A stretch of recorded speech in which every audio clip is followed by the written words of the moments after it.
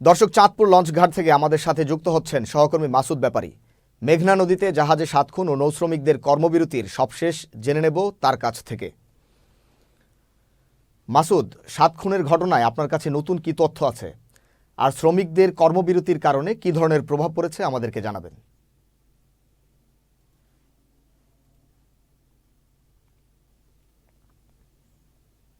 ধন্যবাদ শাকত রানী।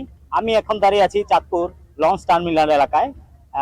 চাঁদপুরের 7 মার্ডারের যে লোমহর্ষকর রহস্যের ঘটনা, সেই ঘটনার প্রকৃত উদ্ঘাটনের জন্য নৌ শ্রমিক কর্মকর্তারা যেই কর্মবিরতি দিয়েছে, সেই কর্মবিরতি অনুযায়ী আসলে পণ্যবাহী মালবাহী যে জাহাজগুলো আছে সেগুলা কিন্তু নদীতে নোঙ্গর করা আছে।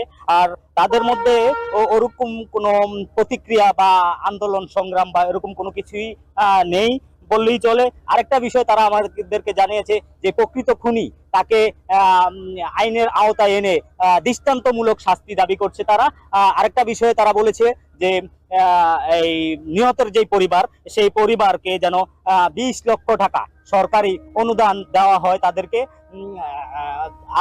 যেই পণ্যবাহী মালবাহী যে জাহাজগুলো আছে সেই জাহাজগুলো আসলে নদীর মাঝখানে নোঙ্গর করা আছে। আরেকটা বিষয় হলো যে যে সাধারণ যাত্রীবাহী যে লঞ্চগুলো আছে সেগুলো কিন্তু তাদের নিয়ম অনুযায়ী ছাড়া হচ্ছে। তো চাঁদপুর থেকে এই ছিল আমার কাছে সর্বশেষ।